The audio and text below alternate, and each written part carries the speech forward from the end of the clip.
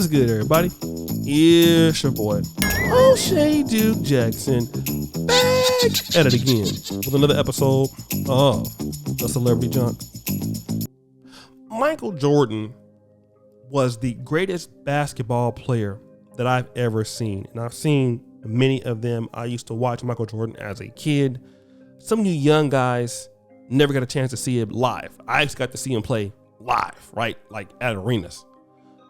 And not only was Michael Jordan a great basketball player, he has turned into a phenomenal businessman.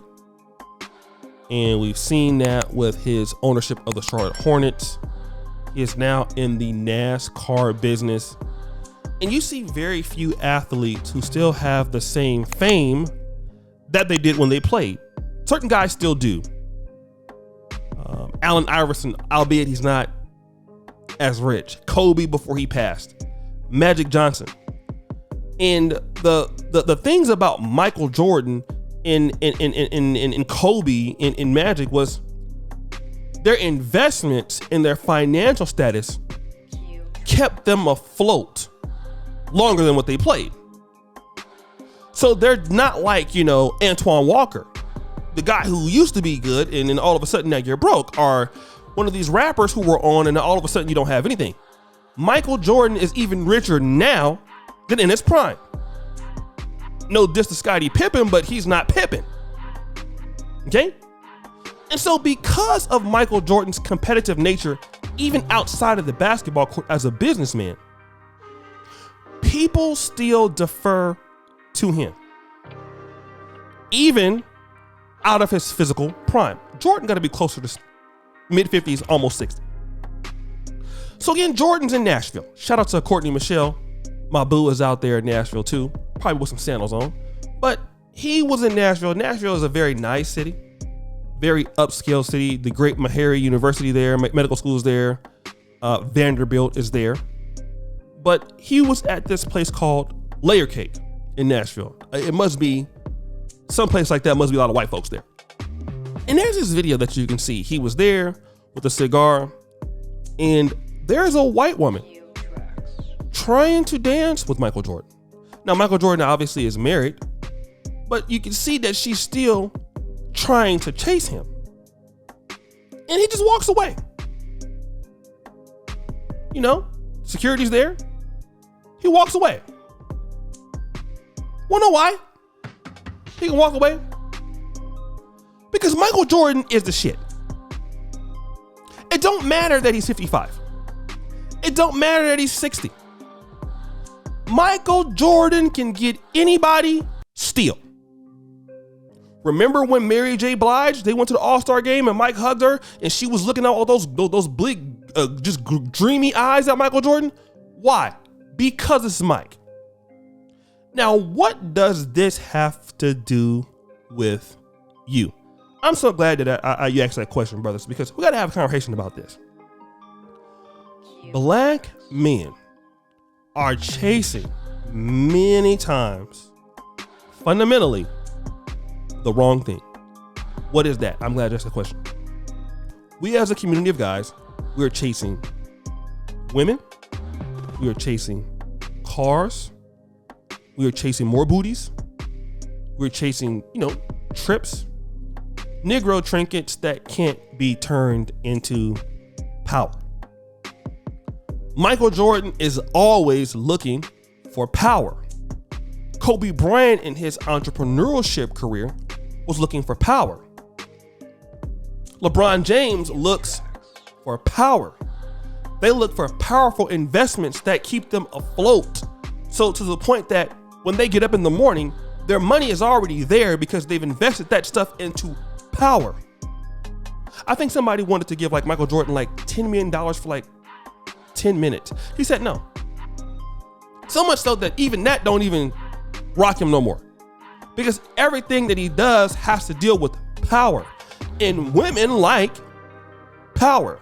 Now, obviously, we're all not going to be Michael Jordan or have access to his money. But see, this is how people treat you. When you fundamentally put yourself first. When you fundamentally respect yourself. when you fundamentally respect what you do and you look for the power. I'm looking to be in the game outside of when I'm out of the game, if that makes sense. I'm looking to be still somebody and investing my money, investing in my skills, investing into things that will keep me afloat. So when I pull up, you know, oh my God, that's you. Oh my God, that's him. Because you want people to respect who you are. Not that you need them to, but people are going to defer to you. That's what power does. It's not that you want to be Donald Trump or you want to be a politician. It could be in your own community. It could be owning a business there. It could be owning part of a business. It could be owning a house. But when people come to you and they know who you are, they know not to fuck with you. You ain't got to always be, the best dressed guy all the time. Look at Mike. Now, Mike didn't go around wearing all this goddamn jewelry. $45,000 necklaces and shit like that. I'm rich. That's what Mike says. I'm Jordan. I ain't got to impress you. And I really wish that so many more black men would look at our opportunities that we have in this country. Listen, I come every day and I work my ass off for whatever I get. But I'm able to talk to you guys here every day. I earn my living from the brothers in this community. We have so many people that we can serve in our community and get ownership of things. Not just in Black America, America as a whole, the world. We're not looking for that. That's why you call that white lady deferring to Michael Jordan. And then people get mad when the women don't defer to you. People don't defer to you. Because why? Because your work needs to speak before you even get there. Your work needs to speak before you arrive at a certain place. So when you get there, they know they gotta respect you. I'm not going for that shit. If you're a woman, you're gonna act right with me. Michael Jordan don't deal with no Instagram Thaddeanas. No booty models. He only deal with the upscale shit. Don't even take me around them. But that's the attitude. That's why he was so great. That's why Kobe wanted to be like Mike. And that mindset works because why he values himself. Or black men had the mindset of Michael Jordan, we'd be the top performing group in the world.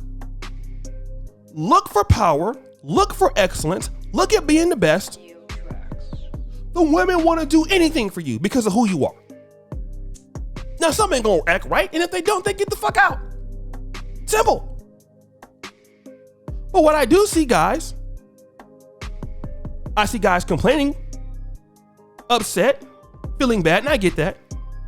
But at the same time, you're not looking at what long-term puts you in the best position to have the most viable options. I'm just not seeing that from our group. I'm being real. And the Michael Jordan mentality is really what Kobe Bryant calls the mama mentality, which is I'm executing at the highest level and I'm looking to be competitive. And I'm looking to dominate. People like winners.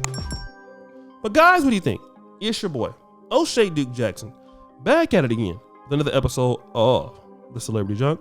I really appreciate you for all that you do. Subscribe every day. Subscribe, hit the bell. Check out the first comment at the top. And as you know, the buffoonery remains an all-time high. I'm out.